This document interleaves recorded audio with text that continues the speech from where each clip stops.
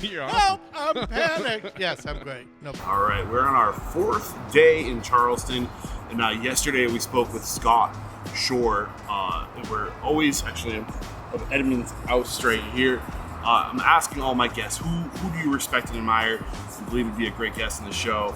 And when I asked Scott that question, he couldn't say enough good things about Mickey Bakst, and we're connecting with him this morning. So apparently he is the unofficial mayor of Charleston, had extreme success in the restaurant industry, and I'm not entirely sure, but from what I can gather, I think he struggled with substance abuse, and that led to him forming Ben's Friends. So it should be a really great conversation. I can't wait to get into it. This episode is brought to you by Restaurant Systems Pro.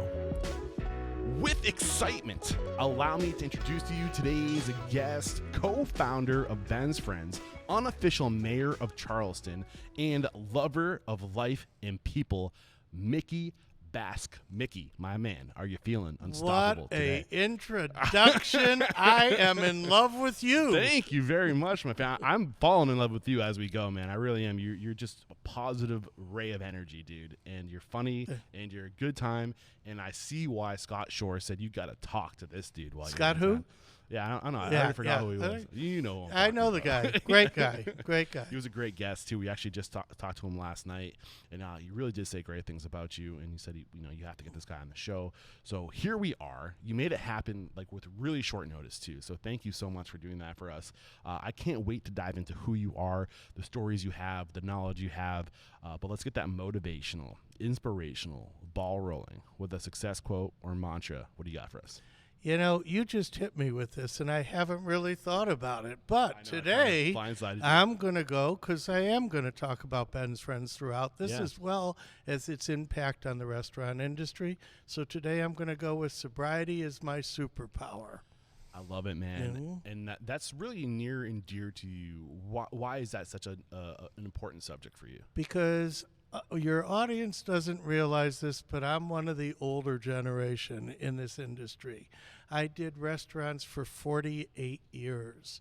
And through that time, I have witnessed so many brilliant people destroy their lives. I got sober 40 years ago, and it has been my superpower and the key to my success. And I am doing everything in my power to help others who are struggling like I did. Beautiful. So that's why it's so important. Awesome. We'll talk about that later. We'll pull back layers on that for sure. Where does it make sense to start sharing your story? Honestly, I usually give myself about an hour before interviews to kind of get an idea of who I'm talking to. This is such a short notice interview that I'm just taking Scott's word for it, So I really don't know that much about you. I know you have an incredible career in the industry. I know you were with Charleston Grill before retiring, correct? 18 years, yep. 18 years. Yep. And I think you owned your own places at one point. Yep. Correct. Yep. But I'm kind of just I love going into conversations with pure curiosity. So I have a feeling after meeting you already for a little bit and just staying curious, this is going to be interesting. But where does it make sense to start sharing your story? Sam? It's with Sam. Sam. Okay. Yep. Sam, excuse me. Sam was a waiter. Okay. When I was a kid. You told me the story about being in restaurants with your parents from the time you were 3. Yep. I had the privilege of coming from a family that was economically sound, and I was introduced to restaurants at an early age. And I will never forget Sam at a restaurant called Lully's in Detroit. And Sam used to make me feel like I was a king. And it wasn't for me about the food. It was about how Sam made me feel. And I loved going there because of Sam. I didn't think about this for the next 15 years, but I thought about it on the first day that I ever worked in a restaurant, because Sam put into me the knowledge of what hospitality was. He taught me that to make people feel good was a gift. And fortunately, I think I was given that gift. So I'm going to give you a little background because you want it. Before you give me that background, I want to know, because I feel like there's a great opportunity to give an example right now. how did Sam make you feel like a king? What did he do to make Sam you feel treated like a king? me at 7 years old like I was the most important person in the room. How? Every time, by his warmth, by his love, by the touch of his hand on my shoulder, by the hug that he gave me, and by the little gifts that he would give me when I walked out of the place. I sat down, and Sam was there to make me know, Mickey, you're here, Yeah. in his thick accent, which I can't do. Yeah. But Sam had an innate ability to make me feel like a king. We tend to love what loves us. Oh, there's no question about Yeah. it. And sort of one of the central concepts in hospitality. Yeah. There's no question. You got to You're give going it to to find get it. throughout this whole thing that I'm not as focused on the food. I'm not as focused on the service. I'm focused on what restaurants do to make people, transport people to a place where they feel better. That's the magic of my success, That's if there awesome. is success. Can you pick up your train of thought before I made Yeah, you absolutely. go deeper? Thank you. So I had no concept of doing. I came from a family of doctors. I was not supposed to be a restaurant guy. I was supposed to be, but something happened around 13, and I found this magic elixir called drugs. At 13? At 13. Wow. And I had my first drunk at 13, where they found me face down in the snow in the middle of winter, obviously. I mean, I And- shouldn't be laughing, but Yeah. I kind of want to chuckle at that a little bit. But it's true. It's true. If it wasn't for my friend's sister, I might not have made it. Wow. But something about it appealed to me. So I never thought about restaurants and what I was going to do until I was 21 years old. I had made a lot of money doing illegal things. And I loved going to this restaurant in Newport Beach, California, on the Balboa Peninsula. I loved right on the ocean. I loved the energy of this place. And one day the owner of it said, I need some money. I can't do this on my own. Prior to that, though, he had said to me, my doorman didn't show up tonight. Could you help me and check IDs?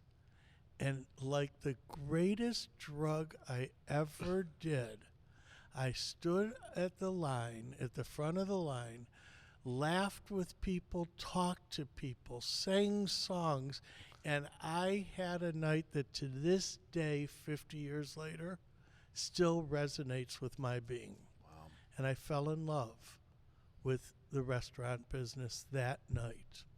And then I bought the restaurant into the restaurant, and we had a phenomenal run on the ocean in Newport Beach, California.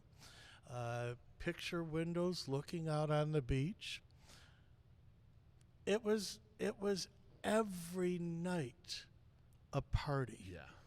And every night, and there was John Wayne, and there was Joey Bishop, and there was Telly Savalas, and there was Hugh Hefner's girlfriend, Barbie what was her name? Barbie Benton.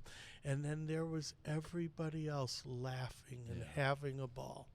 And I clicked with that feeling. And I clicked with the feeling that I got of making these people have fun. And that became my passion, to be quite honest. I lost that restaurant to my alcoholism and drug addiction later on. So you became a partner. Yes, I became a partner. I bought into the restaurant. Wow. So when Not knowing a damn thing about restaurants. But knowing that I loved being there. Yeah. So I think you said you were 21 at this time? Yeah. You're 21, first time 22. restaurant. 22. 22. Early 20s. Yeah. First time restaurateur. How long were you here? How long was How I? long? Before you guys closed. How long did you own it? Well, I was there from 1974 to 1982. Oh, almost 10 years. Yeah. 8-year run. Yeah. And let me just say, So into your early 30s. into my early 30s, I did everything. Before we announced my ownership, I worked behind the bar. I worked in the dish pit. I worked behind the line. I did everything. to learn what I needed to learn to run a place. Well, you said your secret power, like the thing that you're really good at, is making people feel loved and happy, right? So what can you teach us about that? After a lifetime of dedicating your life to making people feel warm, happy, and loved, how do you do that? You know, I teach classes to underprivileged kids, or I did. I don't anymore. And one of the things I always said in these communities was, who goes to church? And I'm not a churchgoer, and this is not a religious moment. But there's something that you're taught about: do unto others what you want unto yourself. And that's the premise of everything. How do you teach people? Asking them, what do you love? Yeah. How do you love to be made feel? Yeah, it's funny you mentioned that. I think I'm not a huge. I was raised Catholic, but I do see the power of religion, and I think that it's weird. We're moving into a time right now where we don't really have that structure. Like fewer people are going to church. I'm not saying that like whatever you believe, whatever your religion is, there's something there. I believe amongst all religions, the core focus is the same, right? Like, do good, right? Absolutely. Yeah. And I think that like society almost needs something. Fewer people don't believe what people used to believe, but there's no glue like there used to be that kept everybody. I mean, what is religion? It's culture, right? Your beliefs, your core values, and it keeps people going in the same direction, and we don't have that like we used to. What's going through your Eric, mind? you just said something extremely profound that I really haven't dwelled on. What? The reality of the matter is I don't have much religion. I never think about it. It doesn't really cross my mind, and it didn't when I was young. But the reality is, just as you said, we need something to fuel us together to help us once again see the good in doing good. Yeah. And it's interesting that you say that, because I struggle at 70 years old. I do a lot of things in the charitable world, and I struggle to get younger people involved. It's a fight. Yeah. It really is. Why? Why? I don't know, but you just gave me part of the answer. Maybe it's not being ingrained in them, whether through religion or through attitudes of the family. Something's missing, and that something is the need to give. Yeah. You know, and you make a great point. The church gave it to people, and that's something that you see the numbers declining in attendance. You made a great point there. Maybe there's something there. Maybe there's something there. We're going to start a new religion together. Yeah, there you go. But the point you It's made is called that Unstoppable. But I do think we could be better about echoing a set of core values, collective core values and beliefs and virtues. That virtue that you brought to the table was do unto others as you'd want done to yourself. So take it from there. Yeah, it's I always say I think it's incumbent upon all of us to do good, but I think that everybody doesn't think that, and how do we change that attitude? I don't know. When you say incumbent, It's incumbent. Incumbent. It's something that we should be doing. You know, in my opinion, Yeah. it's something everybody should be thinking about. What can we do for others? Yeah. Get out of ourselves. Yeah. I love that. We're doing ourselves. So 10 years or 8 years as a first-time owner, you're kind of reminding me of Scott Shore right now because you didn't have any restaurant experience. None. You kind of That's just got why I thrown like into Scotty. it. Yeah. What did you learn? What were the things, like the biggest lessons, the biggest evolutionary points for you as a restaurant operator? It is going to go back, and you're going to get bored with this subject, that restaurants are about how we make people feel. Yeah. That I can serve you a meal that you don't love, but if I serve it to you with love and I serve it to you with caring, you're going to like it at least, you know? Yeah. So You're trying to dig into, I'm going to make your life really easy. Here's the core of it for me. Plain and simple. There's nothing more important. Hospitality, the art of making people feel good. Well, I'm sorry, am I cutting you short? No. I want to get specific examples specific things you would do to go above and beyond what most people would do to make others feel good? Run across the street and get us ice cream sundae for a kid who was crying. Make suckers or special gifts for people who were coming in to surprise them, knowing in advance and anticipating their needs. But here's the important thing. It starts the moment a guest walks in with something that each of us is blessed with, a smile, a look in the eyes. Look at how many times you walk into a place and nobody looks up. Hospitality starts the minute you walk into a door and somebody extends their hand. My handshake has helped me help people have experiences throughout my whole career. It's the warmth, it's the look in your eyes, it's the caring that you present to them. It's the true feeling of excitement that somebody's coming into your home. Those are specific things that are missing a lot today. Yeah. You know? How did you prevent drift? And what I mean by drift is I think it's really easy to like wake up one morning, have some type of life like altering, shaking event that makes you want to show up differently, right? And you show up doing all the things that you said to go above and beyond to make people feel seen and valued and loved.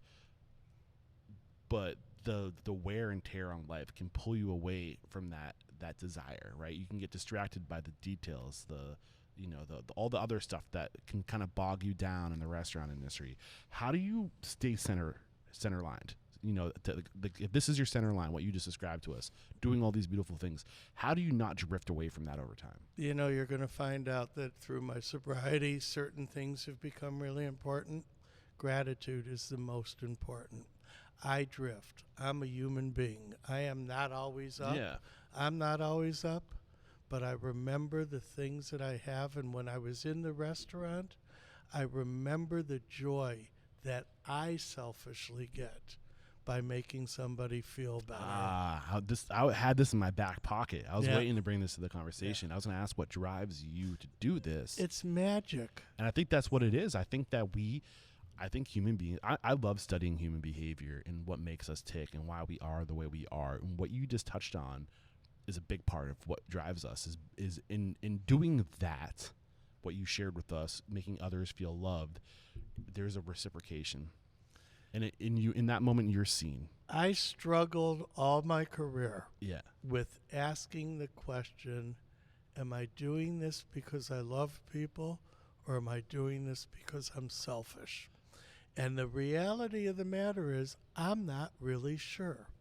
Because the joy it's not as sexy when you put it that way. But it's true. But because the inconvenient truth, right? It's an inconvenient truth. But you know what? Knowing that I helped you at the last minute, helped you do this, gave me, you said to me, wow, I really appreciate you doing this at the last minute and working around it in the 12 hours. Yeah. But you know what? It made me feel good knowing I was going to help. I'm going to give you a public cookie right now because you made my night. I was super excited when Scott was talking about who we were about to talk to and what kind of special person we were about to make an example of. And I got excited. So you made my night, man. Thank you very much. See, and then that in turn. So, is it bad to think that you're doing it for selfish reasons? Could be. But you know something? It's a circle.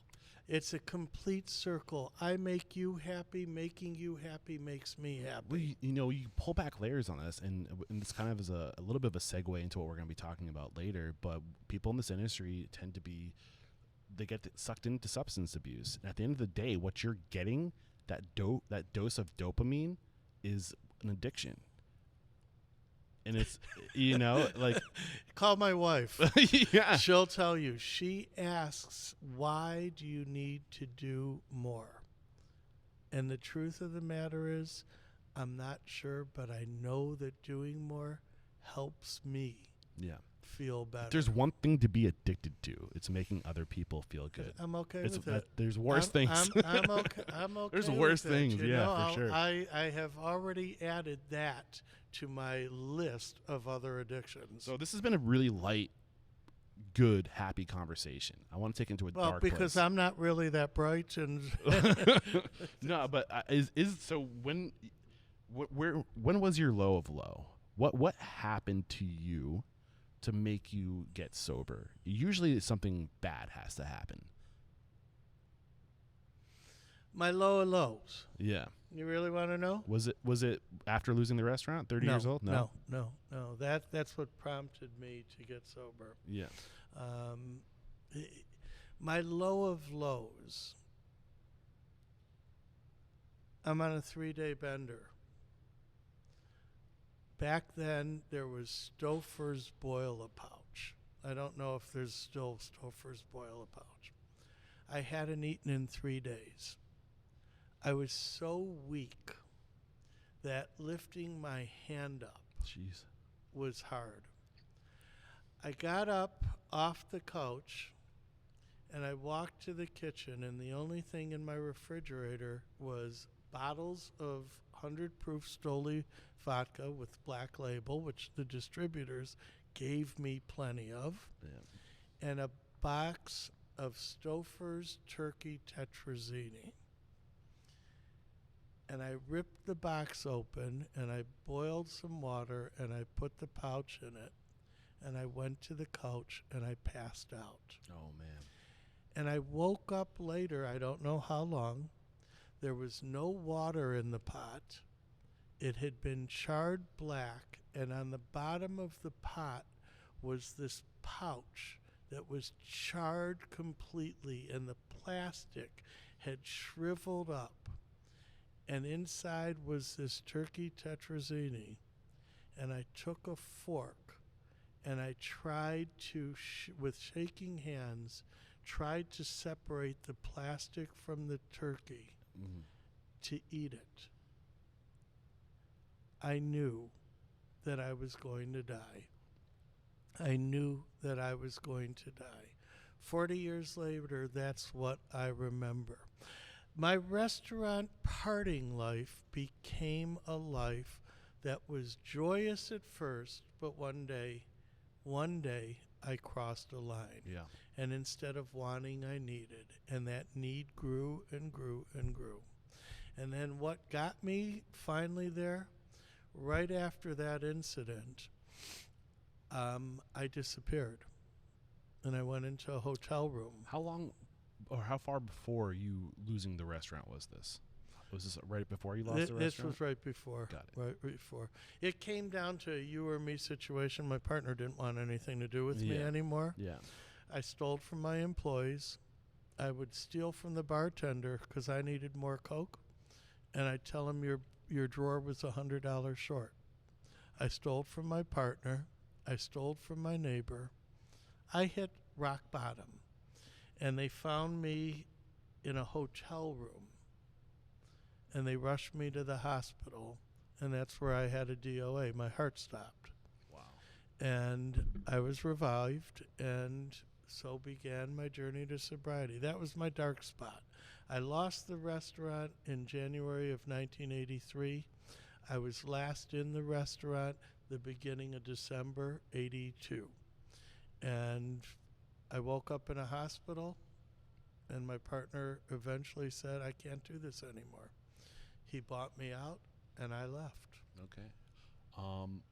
What was? I know that was a charming story. You love. No, man, but it's real, and I'm I'm happy that they brought you back, my friend. Not just because this is a great interview, because you're a great person. Yeah. So going forward, like what was next for you? Because you didn't just leave the hospitality industry; you stuck with it. No. Once I got sober, I actually went to AA, and they told me I had to get out of restaurants. So here I am. I've just given up my drugs, which I loved. Mm-hmm. I just gave up my alcohol, which I loved. And now they're telling me I got to give up my work, which I loved. Right. And I couldn't do it. Right. So I took a job as a waiter, and once again found my passion. Once again found the joy of making people feel good.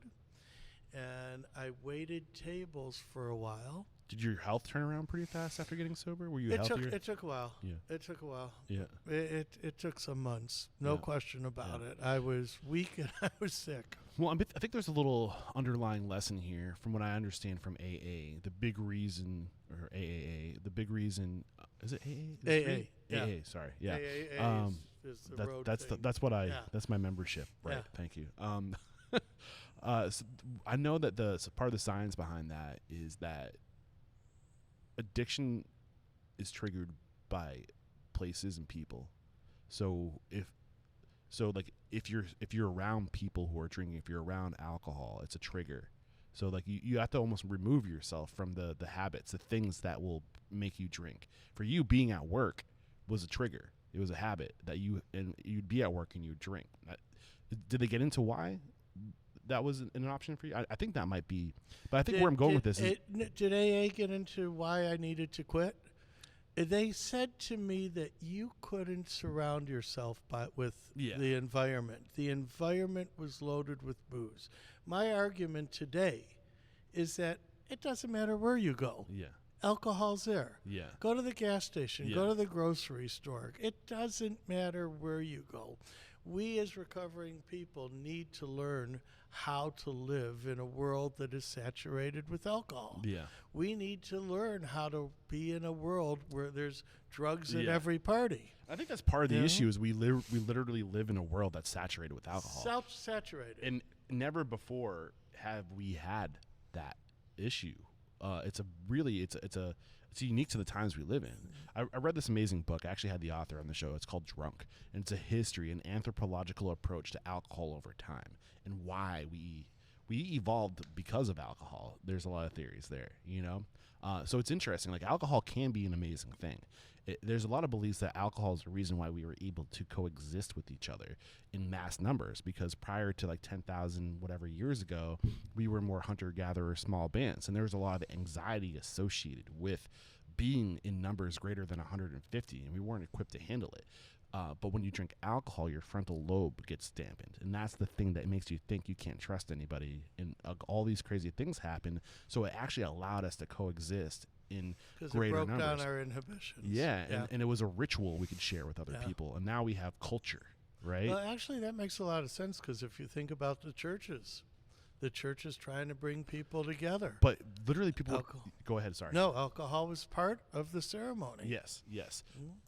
And they believe that coming together to produce alcohol also made people work together. And the thing is, we got so good at making alcohol and we've got not only, you have to remember, like distilled alcohol is a relatively new invention, only a couple 100 years old. Mm-hmm.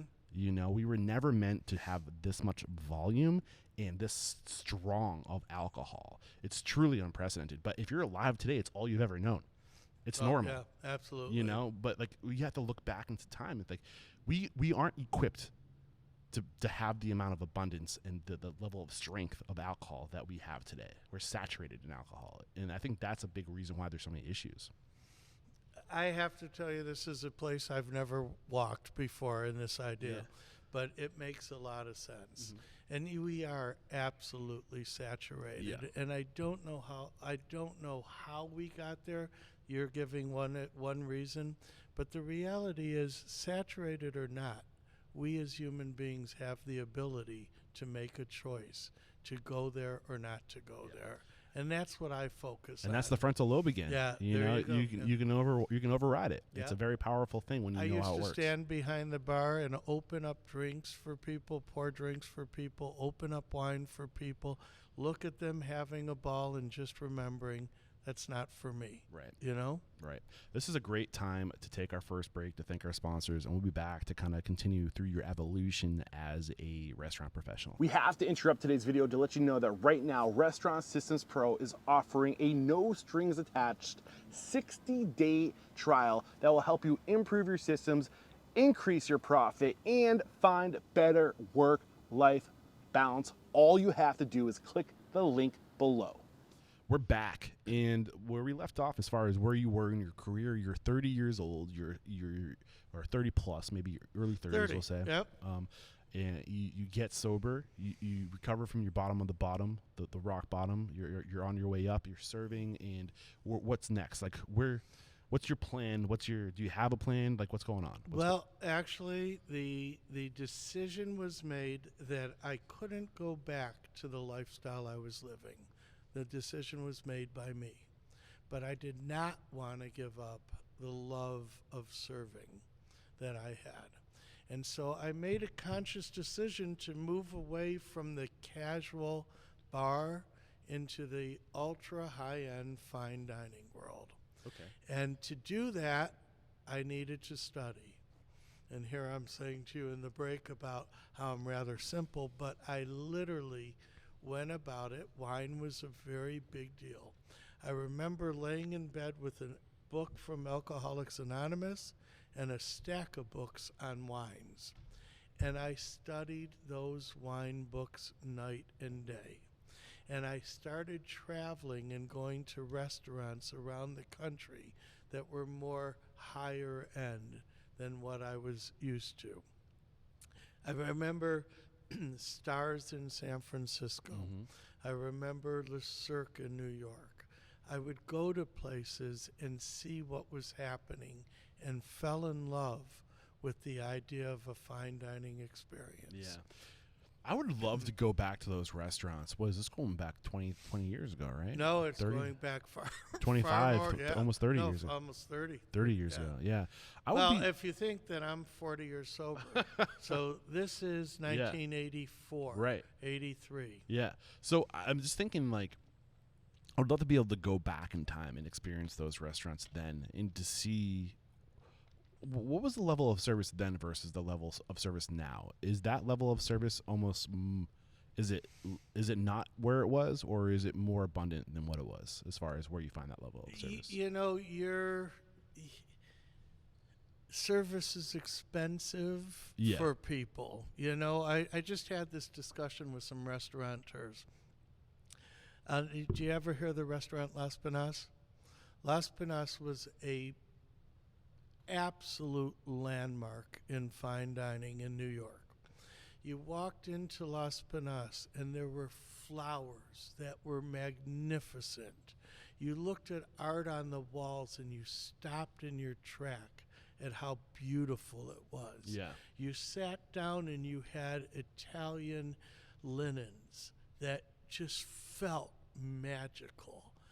You had crystals and gorgeous china and silverware that just, you got excited. Is that service or experience? But time out. Yeah. That was what the restaurants were like in the high-end fine dining world. Yeah. Now, I won't even mention a name because I'll get killed, but you could go to a restaurant like that and then you had almost animated service and it did nothing for you. But you could go to a restaurant like that and see people who were looking out for your well-being and greeting you with the warmth and friendliness. That palate became brighter, more magnificent. I'll say it, okay? Charlie Trotters, Mm-hmm. all right? God bless Charlie, a brilliant chef. The service in that place never made me feel warm and comfortable. Really? It was animated, it was perfectly detailed, but it was service. Huh? Hollow? Hollow. Yeah. To me. And I had that discussion with Charlie, but How do you take it? not well.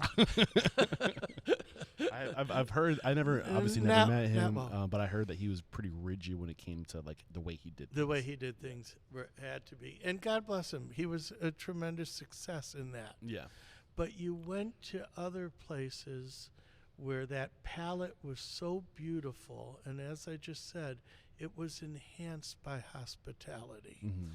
I was raised in a world where you were the most important person, you know?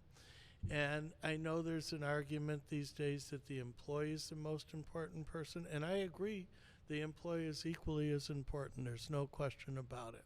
But we're talking about the hospitality as a guest. Mm-hmm. I came from an era where, you know, you were given little gifts when you walked out. Thank you for joining us. Yeah. Here's a little something for tomorrow. Or you walked in and there were people there to greet you warmly. Is it the same today? Very rarely. A lot of it is economics, because that whole palette that I'm talking about cost a lot of money. Mm-hmm. Today, young restaurateurs can't afford it. Yeah. You know? But can they afford to give hospitality? Yes.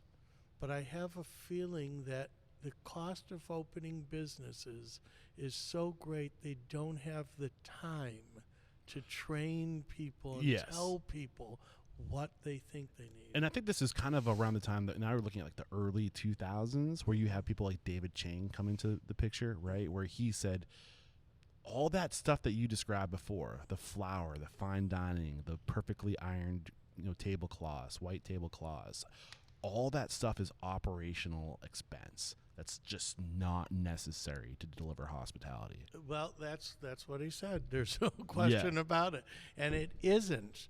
But unfortunately, it created a backdrop that encouraged hospitality, in my opinion. I think that's part of it for sure. I think the other part of it too is that it's psychographics. So if you're in New York City, where this restaurant was, right, there's a demographic in that city that can afford this, right? No question. So I think the people who can afford this want the world to know they can afford this.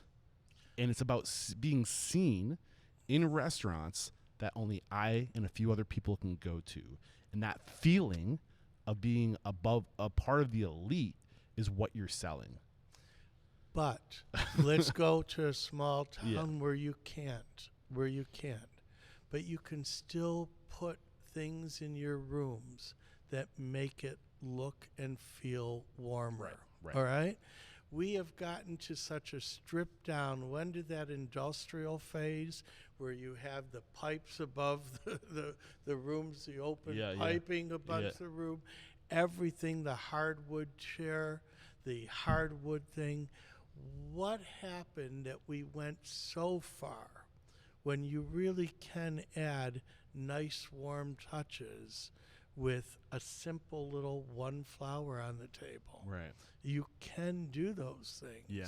You don't need Zytko, or you don't need the highest funeral quality flowers. You don't need. Yeah. You need touches. Mm-hmm. But I would agree with you.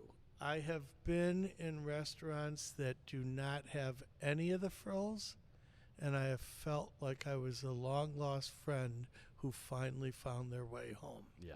Which to me is the ultimate in hospitality. Yeah. So you're now working, not now, but on your timeline, you're becoming a server. You're studying wine. You got the stack of books. You're traveling the country. You're getting all these experiences. And I had a restaurant in northern Michigan. Okay. A restaurant called Tapawingo that was created by a car designer who knew nothing about restaurants but loved to cook. Okay. And it was on 8 acres of property. He bought a house that was built in 1912 on 8 acres of property on a private lake. It was picture perfect. And I drove to that restaurant one day because I'd heard about it. And I had dinner. And I had just a brilliant dinner. Brilliant. It was so delicious. And I had the worst service imaginable. Nobody knew what the hell they were doing. And the next day, I drove with my car packed because I was leaving to the next city. I did a long drive around. I went to a treatment center after I'd been sober for a while, just to abbreviate the subject.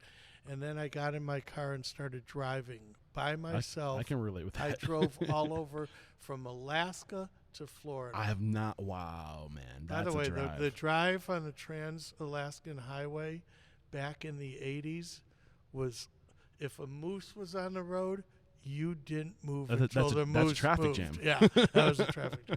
Anyways, I came to this restaurant, and I was leaving the area, and I stopped at the restaurant the next morning, and I knocked on this guy's door. His name is Pete Peterson. And I knocked on his door, and I said, listen, I had singularly one of the best meals I've ever had with you last night, but I have to tell you, your service sucks, and I can help you. And he said, come on in. And we sat and we talked for hours. And he said, will you work here? And I said, it'd be my honor. And I ended up being his partner down the road. How old are you now? How much time elapsed? 1982 to 34. Okay. 34, because that was 86. So a couple years had gone by. Yeah, that was 86.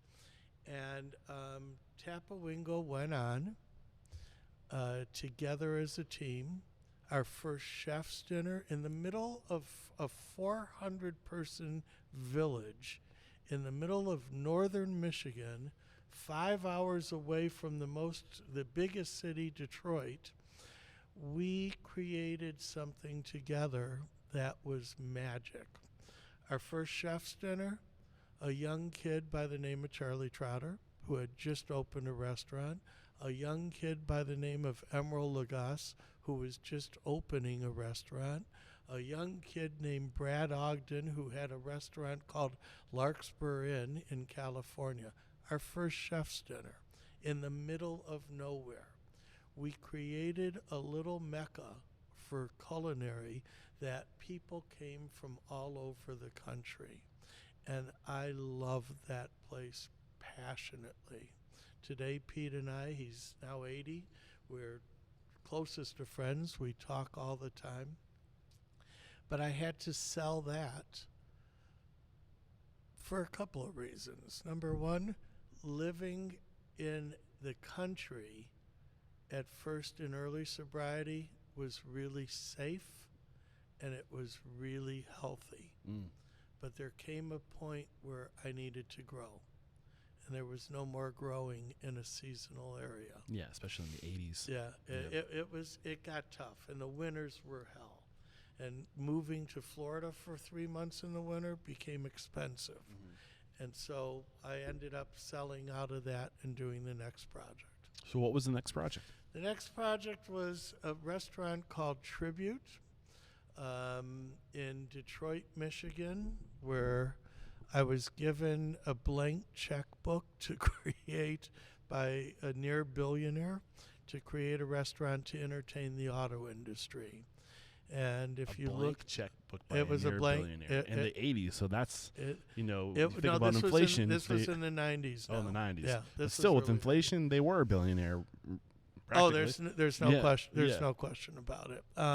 Tribute, I say with great pride, was if you look it up, James Beard winning chef, top restaurant according to Ruth Reichel from This was Gourmet. your vision. This was your baby. This was my baby. And you said earlier when I got here, I don't know why Scott Shore told me that I told you I would be a good guest. I still don't understand it. It's okay.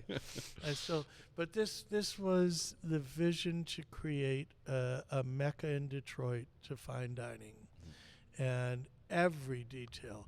I remember I got this idea to do napkin rings with gemstones, and what we would do was we had them on a pole in the dining room. Yeah. And the light shone on them. We had these lights that shone on them so they sparkled. Oh, that's cool. But every great chef in America came to this restaurant. Eric Ripert, Danielle Ballou, Tom Colicchio. How many of those napkin rings disappeared? A lot. Yeah. I wonder. Yeah. I was wondering about that. Yeah, they were sold. They were sold immediately. Yeah. But we created this wonderful restaurant that became nationally recognized. That I I am guarantee you chefs that were there still talk about Yeah. it today. But what we created was a network of people who were treated in a way that they loved to be treated, and they came back. A network of people who were treated Around the country. in a way that they love to be They- treated, and yeah, they came back. Yeah, So you're talking about your guests. yeah, absolutely. Get into that. Is there more to that than meets the ear, or is it worth dissecting that a little bit more? You know, what do you do to make your guests feel good is Yeah. still the bottom line. Coming back of full what I do. circle. Yeah. You know, I'm going to brag for a minute. Please. I was in a restaurant the other night in North Carolina in the mountains.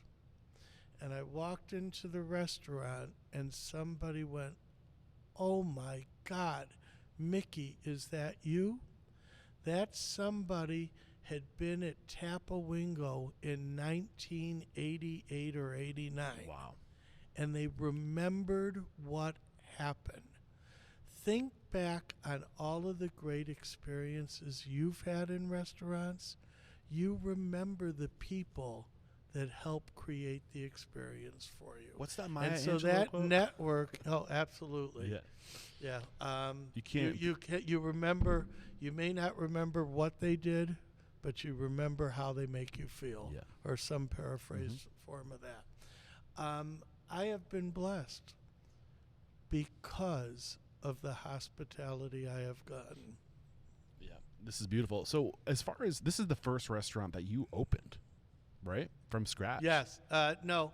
We up in northern Michigan, we had another restaurant, a casual bistro called Pete and Mickey's. Got it. But it's in terms of I'll tell you why I hated Pete and Mickey's. Why was that? I'll tell you, it was the coolest little place. Pete's food was fabulous. Service was over the top, fun, relaxed, casual. But I hated it because one day I was on the street and a customer came to me and said, "Mickey, we were at Pete and Mickey's last night," and I didn't know it. And I hated not being there for them. Oh. And so that was So your when name was on the sign, but you weren't there. Right. That's when I decided to be a one restaurant person. Yeah. That's all I ever wanted. Yeah. I'm a maitre d'. You know, The let's best talk about restaurateurs in dinosaurs. the world are. Yeah. I'm a dinosaur. Yeah. I'm Look at Danny something- Meyer. There's no question about it. You know, arguably one of the most successful restaurateurs to exist. And correct me if I'm wrong, but he was a maitre d'. Yeah, Danny, when he opened Union Square Cafe, He wasn't the chef. He was no, You know, like never. you could say he was the general manager to start, but I think he probably When he opened Union Square, he was on the floor every single night. Yeah. And Danny's great. ABC always connecting the dots. Yeah, Danny's fabulous. Yeah. So was that the ABC always? Then I be could connecting? get the dots, into yeah. a side tangent about how the Food Network and how chefs became celebrities, forgetting the people that did what I did. And as a result, down the road, you got restaurants where they said, "I'm sorry, we don't carry salt for you." Right. That's not the way it's supposed to be. That's not the way it's supposed Where to the be. ego starts to get in the way Where of the the experience. ego got in the way of the experience. Yeah. So back to your first restaurant your second restaurant technically that Tribute. that you built from scratch with the pearl studded or emerald studded napkin rings. Yeah. What was your evolution as a restaurant professional at this point? How did you have to evolve and transform, and did you improve as a restaurateur at this point, would you say? I think so. I think that the most important thing I improved in is working with my employees. And in what way? In the ability to listen to them, in the ability to truly understand what they needed to be successful. What did that evolution look like? I don't know. I've never really thought about it. It's forcing it. one. No, I really didn't. It started to become a one-on-one interaction where we had conversations, as opposed to me early on in my career. This is what you're doing. This is what you're doing. This is what you're managing. doing. I was managing. Yeah. Eventually, my employees and I developed relationships that were really one-on-one. let's talk about what you're doing. Let's talk about what you need. Let's talk about how I can help you. Yeah. You know? And I think that my views on employees radically changed probably between Tapawingo and Tribute when I realized that they were every bit as important as me or anybody else in the restaurant. Why? You know? Because they were the ones that executed the mission. You can't do it by yourself. You can't do it by yourself. Yeah. Which is why I always say we is the single most important word in the English language. You know, it's not God for me, it's we. Yeah. I can't, but together we can. When we started a charity here called Feed the Need, I had this idea to start feeding people in shelters. I got the idea at 6:15 in the morning reading the newspaper about a shelter not being able to serve meals. And I walked down the street with my little dog and I said, well, I can do something. And instantly it became, we can do something. I can't, we can. And in 24 hours, I had 56 restaurants signed on board to feed people. The power of we. Yeah. You know, I've looked at, and I'm talking about, you say, how did I evolve? My communication skills became better. I became a better listener. Mm-hmm. I stopped thinking I knew everything, which I did at one point. I stopped thinking I knew everything, and I started listening to the others. Yeah. And that was a major transformation. That's one of those 7 habits of highly effective people. First seek to understand, then seek to be understood. Then seek to be understood, yeah. It's powerful. You're collecting data. You know, people can give you all that information. It's information that you would never otherwise had if you just didn't stop to listen. Right. Yeah. But I didn't stop to listen at the beginning. Yeah. I never really took in the information. Yeah. So the time now along this journey, we're in the mid-90s. You opened your first restaurant and it closed eventually. Yes, absolutely. So what was the reason why that restaurant closed? Are you talking about... Sorry, the restaurant that you opened on your own where you had the blank check, essentially. Okay. Remember, I had a blank check. Yes. It was not mine. I didn't own it. Yeah. I was given the power to do it. I eventually realized that the owners of the restaurant and I were on different pages. Yeah, this is important stuff. And you know, this is not a criticism of their view, but their view wasn't mine. They had the checkbook. Yeah, so pick up that train of thought. You know, they had a different work ethic. Mm-hmm. They didn't care about the employee as much. Yeah. They didn't want to change as we needed to change. You know, you're doing a certain kind of tasting menu and maybe the tasting menu's not working well. Yeah. Maybe we can present it in a different fashion. I'm just picking hypotheticals. But it got to the point where for me, working with them was no longer sustainable. Mm-hmm. And this is the power of making sure you sit down before you ever open with your partners and say, what are we doing?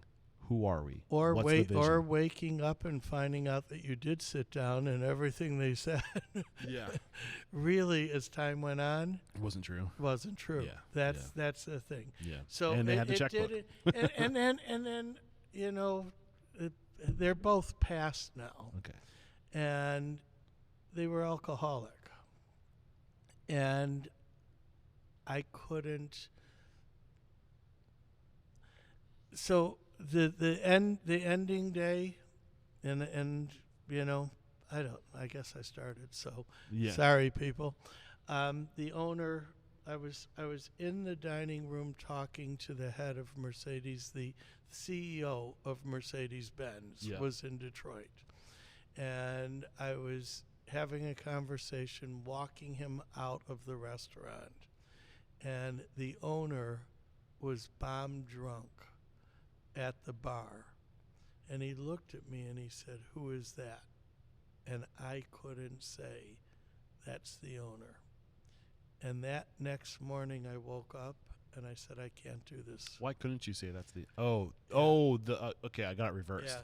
I thought the owner said, "Who's that?" No, the owner of Mercedes got it. A guy named Dieter Zeich. And you couldn't tell him who it was. I couldn't tell him who it was, and I was ashamed. That's a good sign that you should move on. Yeah, and the next morning I called up and said, I will stick around for 3 months. I want this. I've worked my ass off to build this place. Yeah. We've done phenomenal. Gourmet Magazine, one of the top restaurants in America.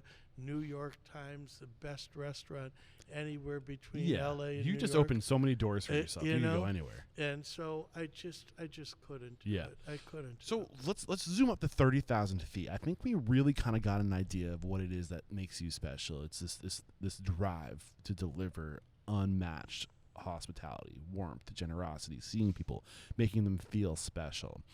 You still have a lot of the key to restaurant success. Yes, you still have a lot of career ahead of you at this point, but I want to make sure we get it. I mean, this is the this is the 90s, right? Yes. And at this point in your story, this is the early 90s. No, it's 2000 now. The 2002. Yeah. So about 20 years ago. Yeah. Without getting into any detail, what were the next stops along the way? Taking time out to learn to be a good husband. Okay. How much time? I didn't work for about close to 2 years. Okay. What was next? 22 months. And then I get a phone call, and then I put out word in the industry that I wanted to go back to work, but I didn't want to open a restaurant. I had people come to me with money. I didn't want it. I was already 50 years old. Okay. And I didn't want to do the work. Got it. I loved being a maitre d'. Okay. So I put out the word in the industry. I got offers all over the country. I got an offer in Vegas. This is a great line. I love using it. Excuse my language. We're flying back from Vegas, and my wife says to me, okay, let's get this straight. You're a drug addict, a drunk, a gambler, and a whore. We're going to Vegas. Why? and God's honest truth. 2 days later, a chef named Bob Wagner was working in a restaurant in Charleston called the Charleston Grill. I had never considered Charleston as a possibility. I flew down to talk to them. I took a walk on the Battery. I don't know if you've been down there yet. Yeah, we haven't. 6:30 in the morning, and the sun is rising behind me. And I looked at the city, and I called my wife on the phone, and I said, sweetheart, if you're willing to come down here and look, I think I found us a home. The Charleston Grill was a place that I thought that I could help. The situation was a city that was on the beginning of a cusp rising to the acclaim. How did you know that?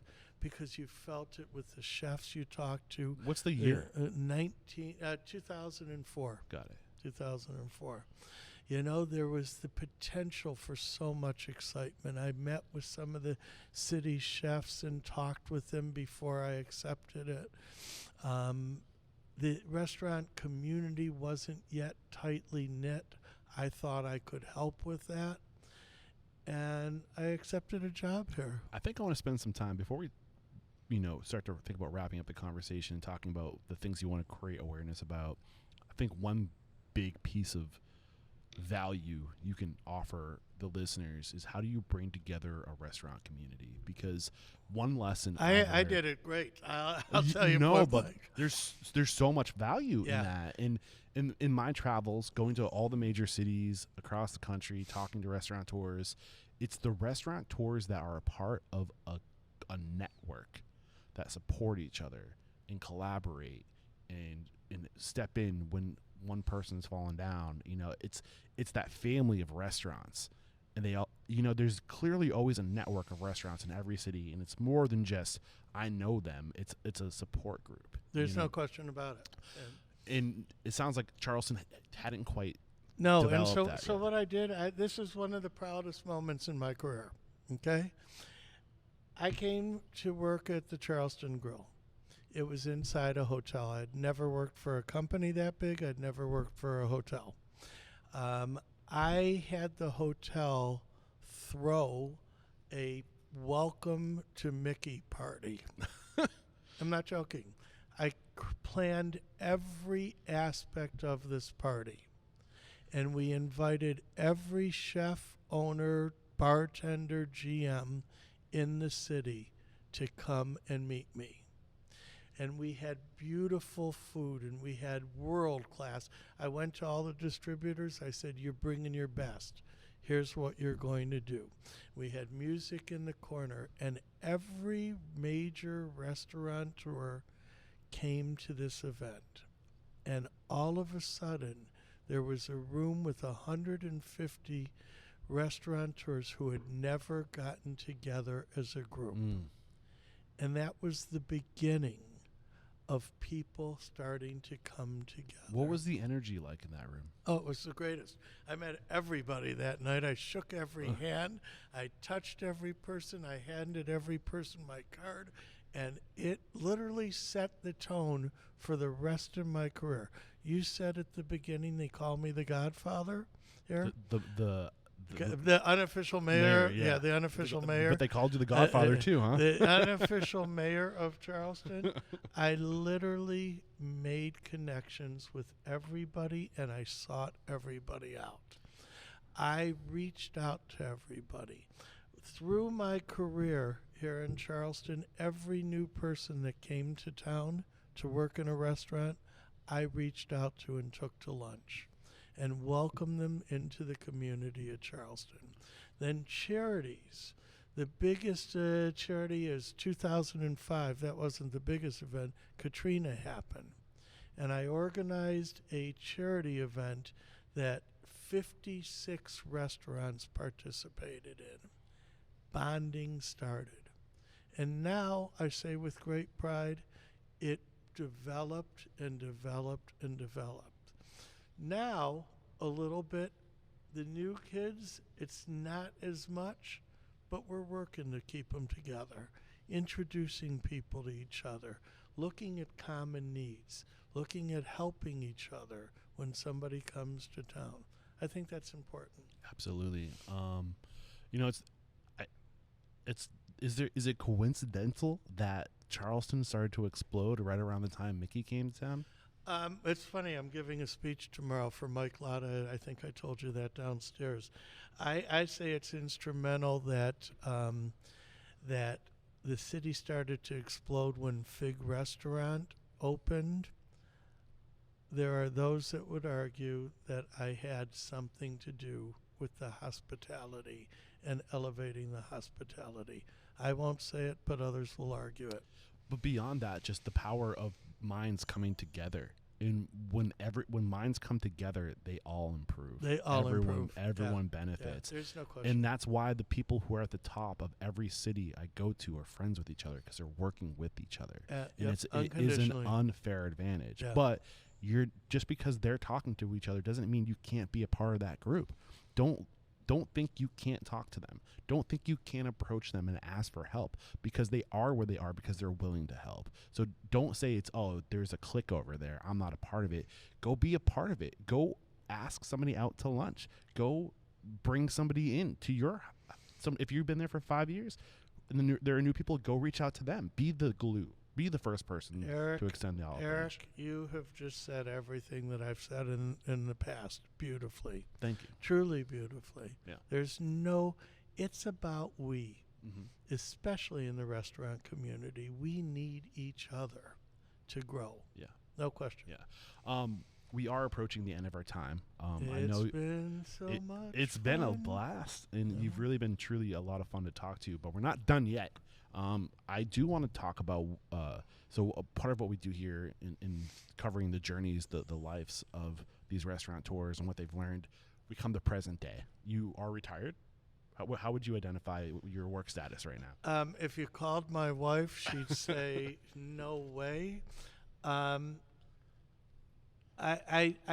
guess I'm not retired. I'm retired from active restaurant work. The Charleston Grill. Yeah. Yeah. I'm retired from active restaurant work. I am the executive director of Ben's Friends. I am the president of Feed the Need. I'm involved in a program to build a women's shelter in North Charleston because there is a need. And I was serving lunch one day up there, and I saw a woman moaning, and she was in labor. Oh my goodness. But she was standing in line to get clothing for her baby, and it tore my soul apart. I'm doing a little bit of consulting, so I guess I'm not really retired. I retract my previous statement. I'm not really retired. So I guess what do you? But I brag about my retirement. we got 17 minutes left together. What do you want to talk about? I want to talk about Ben's Friends, to be quite honest with you. Mm-hmm. I have witnessed, I was almost a victim of alcohol and drugs in the restaurant industry. We invite people who don't know what they're doing, who think, let's do restaurants. We create a party atmosphere for our guests, but for our employees as well. And alcohol and drug addiction is rampant in this industry. We, according to the figures that you look at, have the highest or one of the two highest rates of alcoholism within our industry. I think it's a double. I think there's a multiplier effect here. The people that gravitate towards this industry are people who tend to have what's the word? Substance or not just addictive personalities. Predisposition. Right. What's that? A predisposition. Yeah. So I think it's a combination that I think extroverted, outgoing people who like that dose of dopamine every time they make somebody feel happy.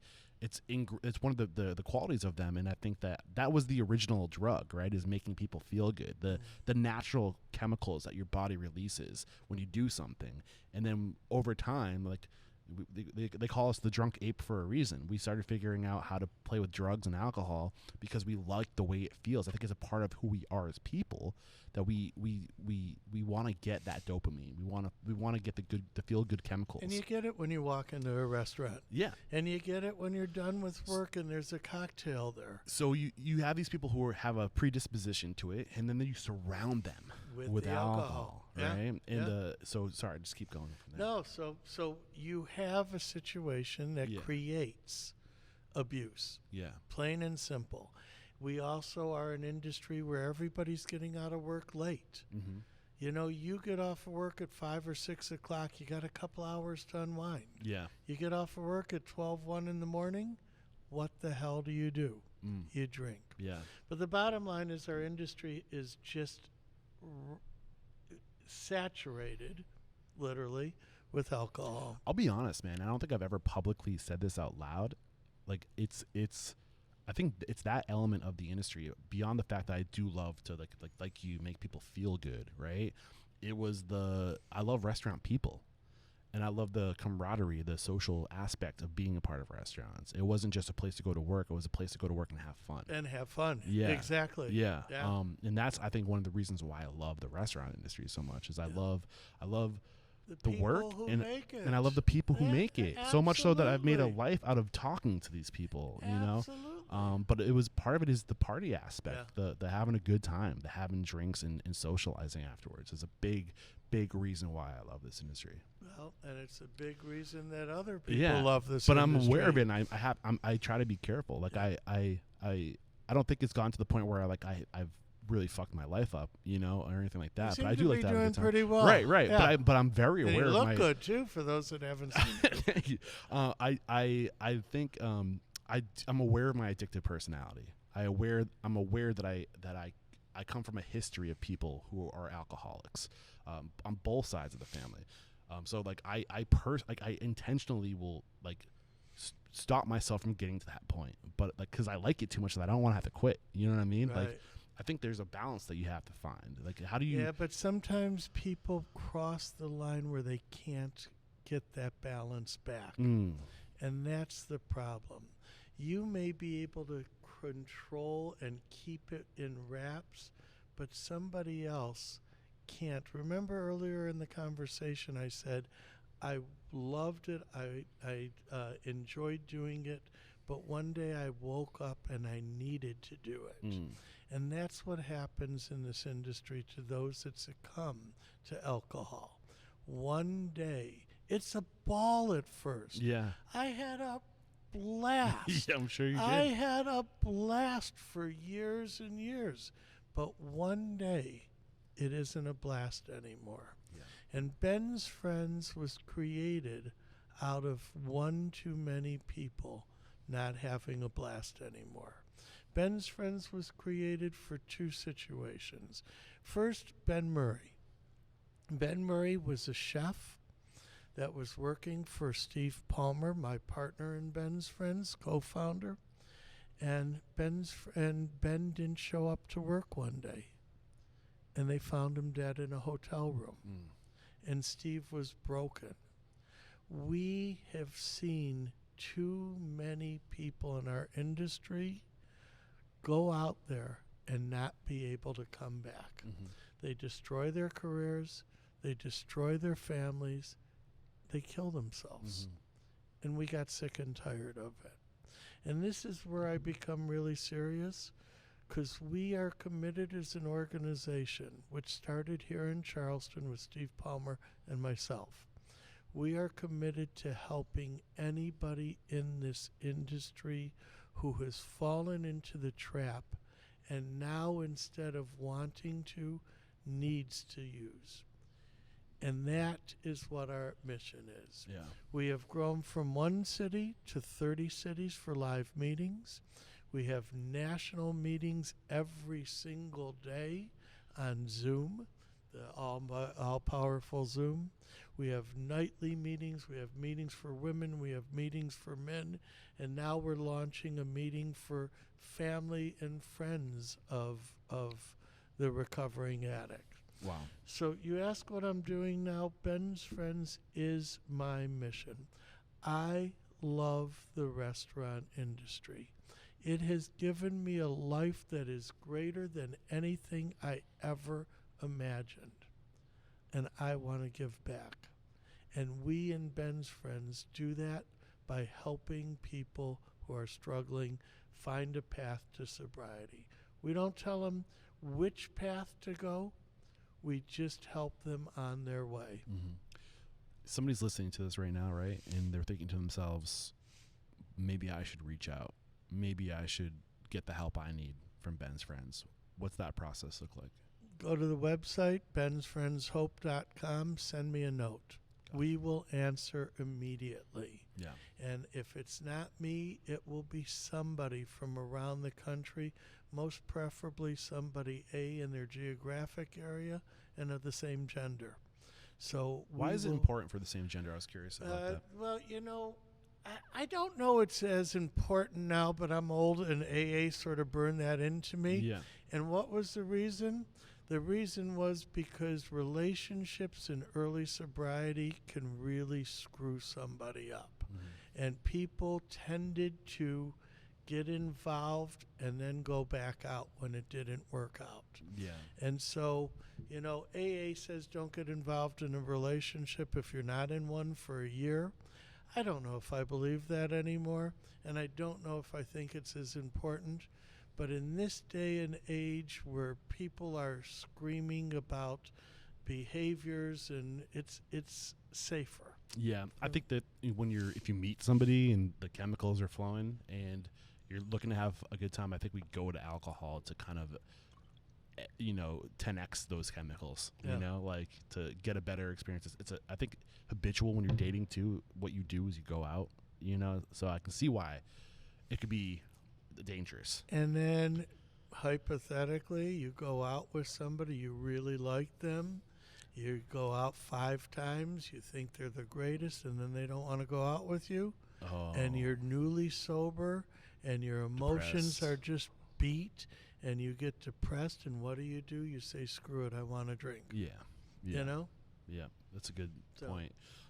Anything we haven't discussed in terms of advice for people who might need support or I don't know anything. Reach out to somebody because you're not going to do it on your own. Yeah.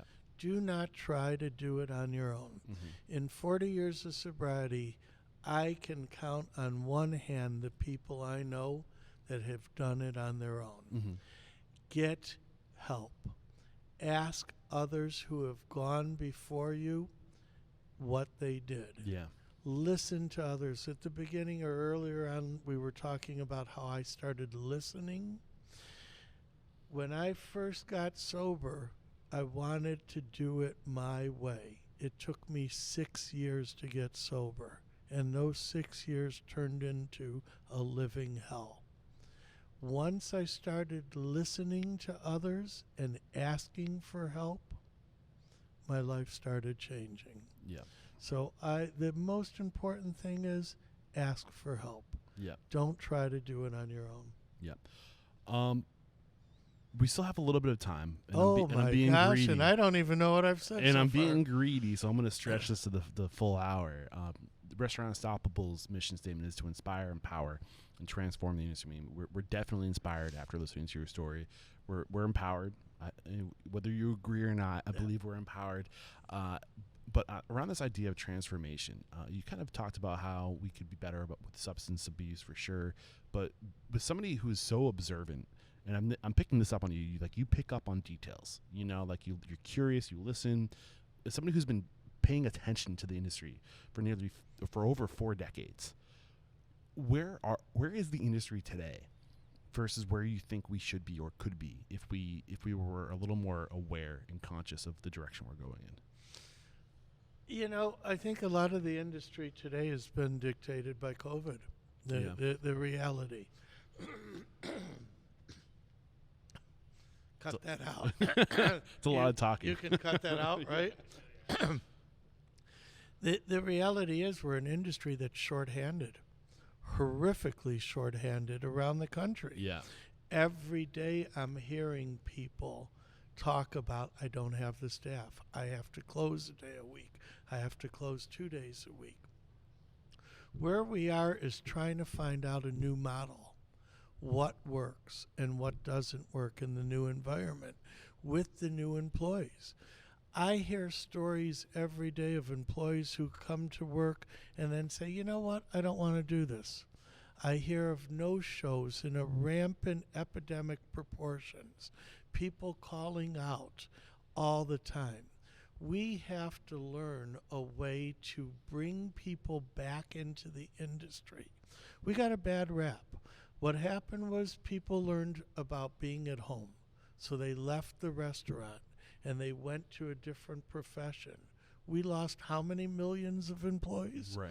Really? I think it was 7 or something. Yeah. 4 or 7 million employees left the industry. They were forced to leave. They found something else and they liked it. They found something and they liked it. Yeah. How do we make this industry appealing again to others? And what's the answer to that question? I don't have that answer yet. Do you have I ideas? really do.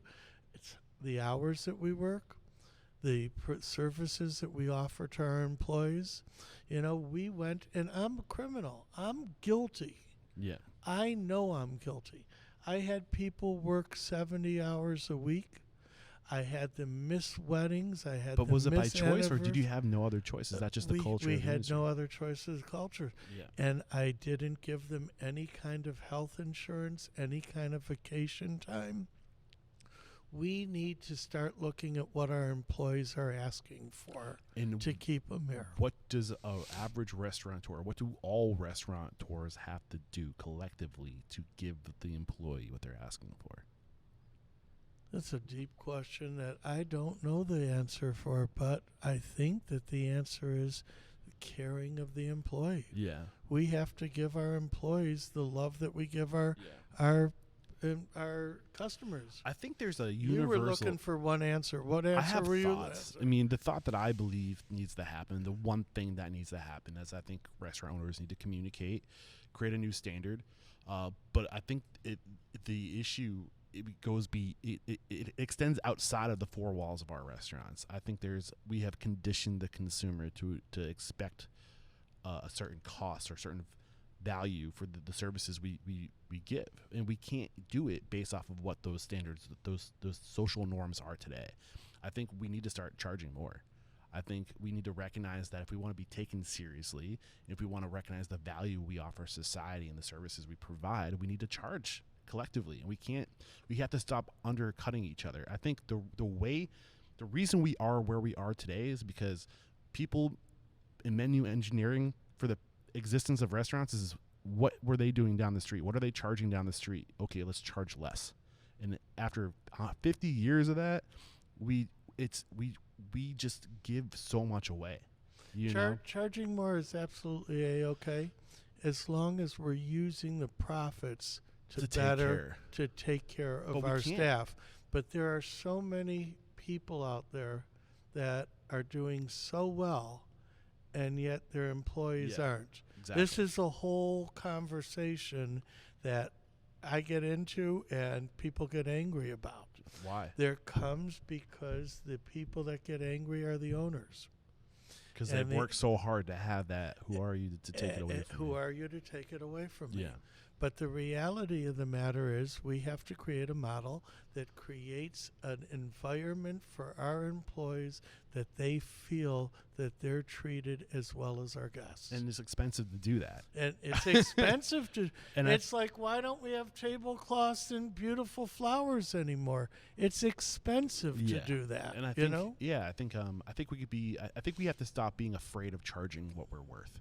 You know, but I think it has to happen together. Well, there's also a threshold. Let's be honest. There's also a threshold. Yeah. And that threshold is what the customer is willing to pay. Yeah. I went out last night with my wife. But the customer has an option, right? Like they're gonna choose the lower one. So I think it needs to be a collective effort. I cut you short. I went out last night with my wife to a restaurant that was okay. I mean, it was very casual, but the two of us, by the time we were done with 2 glasses of wine, we got a bill for $175. We didn't eat a lot. Mm-hmm. It was good, not great. That's a lot of money for 95% of the population to do that on a regular basis. Yeah. That's $175 before tip. So just think about it. I do think about it a lot, and I think that when you think about what people are spending their money, what are the other things people are spending their money on with disposable incomes? Yeah, you know that argument's a good one. That argument's a good one because I'm looking at concert prices. I always said we're in the entertainment business. We are in the entertainment. Go to a concert, $500 now. Yeah. How much was it to see Bruce Springsteen? $500 a ticket. I mean, people are spending at least $100 a month on, subscription-based models for their entertainment at home. You know what I'm saying? At least $100. They are spending a lot of money on clothes because they want to look a certain way in front of other people. I agree with that, but it's a whole it's a value-based thing. It's value-based, and I think you got to change the culture. But the restaurant industry has been has been influencing society since day one. It's what we do. We're influencers. And I think we collectively need to influence the consumer and say, where are your values? Do you want to support your community or do you want to look good? Yeah. I'll tell you, as you say that. I don't know. As you say that, I'm thinking I'm glad I'm retired. Yeah. Because it's a battle. Yeah. This is a cultural change that takes decades. It's going to take time. Yeah, but we got to start. Got to start. Yeah. This has been a really great conversation. Well, I thank you for thinking that. Oh man, I've loved it. It's been a blast. We wrap up every chat by calling somebody out. And I know you know this industry really well. So if you can't just think of one person, if you have I can only imagine the people that are going through your mind right now that you respect and admire. But anybody you can think of that you think would be a great guest on the show, call them out to be a future guest on the show. I'd say Steve Palmer. I love it. I'd say Steve Palmer, Indigo Road. I love it. Starting something and working on creating a culture for his employees that is sustainable. Beautiful. Steve, look out. I'm coming after you. I'd love to get you on the show. And how can we connect with you? You already mentioned Ben's Friends. Go bensfriendshope.com. Yep. And this is episode, I want to say 982 or something. 82. Good memory. Yeah. So head over to restaurantunstoppable.com/982.